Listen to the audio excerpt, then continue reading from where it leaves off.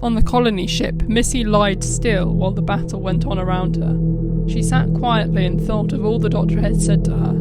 She'd been reminded of who she was by her former self.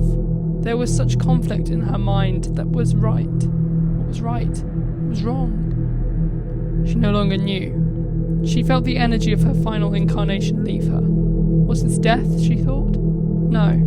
She could feel the energy of a new body consume her, every inch of her very being burning and changing forever. Missy was relinquished, and in her place, a new body awoke. This body felt tighter, more worn, yet new. He had somewhat of alluring demeanour, which he relished. He got up and instantly knew. "Oh, I'm a man again. Very interesting," he said to himself. "This is new. I like it." He tried to get up but stumbled. "Oh, I'm not, am I? I'm wearing heels. What was I thinking?" thought the perplexed master. At this very point the master realised. The damn fool, the Doctor was going to blow up the colony ship. He knew he had to get out of here fast, but without a TARDIS, how was it possible? It was at this moment he knew he would have to summon the Time Lords. It was an old method, but it still worked. The master reached into his pocket and retrieved 6 white squares and placed them on the ground. He knew what he had to do. He reached out to the Time Lords with his mind, and the cube assembled itself. It wouldn't be long now. In the background, the master could hear the Doctor fighting off the Cybermen, explosions going off left, right and centre. He remembered what the Doctor said to him. "Without hope, without reward, stand with me. It's all I've ever wanted." Those words echoed in the master's mind. Should he break every code he'd ever lived by and join the Doctor? But by the time he got up to go and join the Doctor, it had passed. Too late. All around him, time slowed, explosions, movement and time all decelerated. Everything stood still for a moment before a blinding white light enveloped the master, and in a single moment, he was home. Or so he thought. This wasn't home. Something was off. The master felt a twinge in his mind, like something calling out to him. He looked around. Everything looked like the grand halls of Gallifrey. It all felt the same, yet different. He thought he could reach out and touch it, like a vivid description or a city, or a dream. The glass dome and the many Time Lords, but nothing real, nothing tangible, nothing but a vague description on a piece of paper. The master fought to be released of this. He concentrated on the strange setting, fading away to reveal that it was a facade. It's the only place that it could be.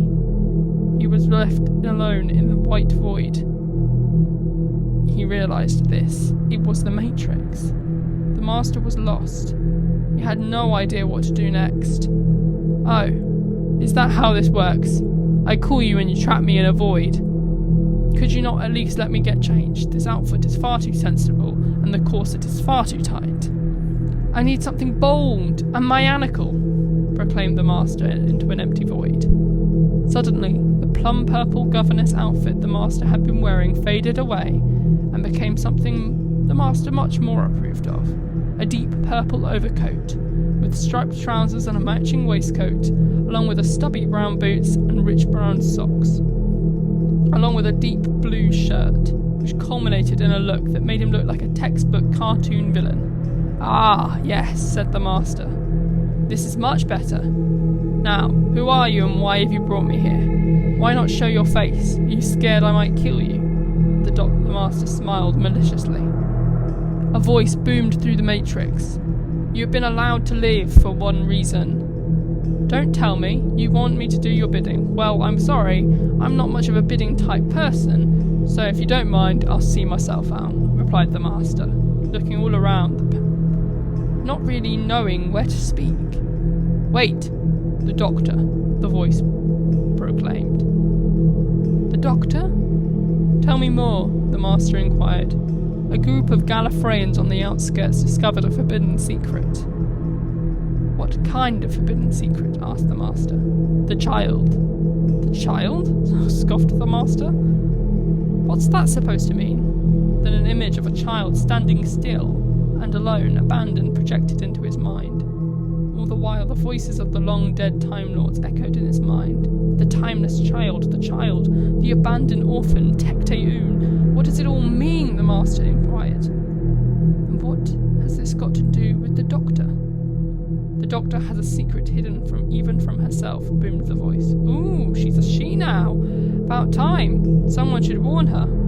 To avoid the witch hunts, that was not a pleasant week.